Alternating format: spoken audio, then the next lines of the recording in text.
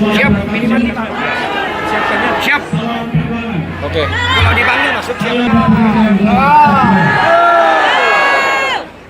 Saudara-saudara sebangsa dan setanah, perjuangan kami mulai dari 2014, 15 untuk karena pada saat itu berumur 2013 439.000 dan koordinator wilayah bahwa undang-undang ada dasar hukum PPM pada 2005 berhak diangkat jadi CPNS.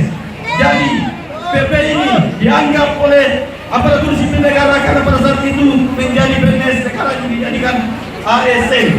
Jadi aparatur sipil menganggap kita sudah tidak ada. Makanya kami sudah 4 tahun bolak-balik Jakarta memperjuangkan hak kita, tapi belum ada respon dari pemerintah. Sudah direvisi undang-undang inisiatif DPR pada 2015 dan Menteri Aparatur Sipil Negara Yudi Krisnandi siap mengangkat pada saat itu. Maka seluruh sekitar 20.000 honorer sujud di DPR RI.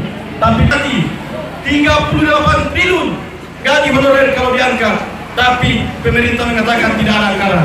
Sedangkan anggaran pada saat baru ekonomi. Jadi saudara-saudara yang kekasih dan seperjuangan, kita menuntut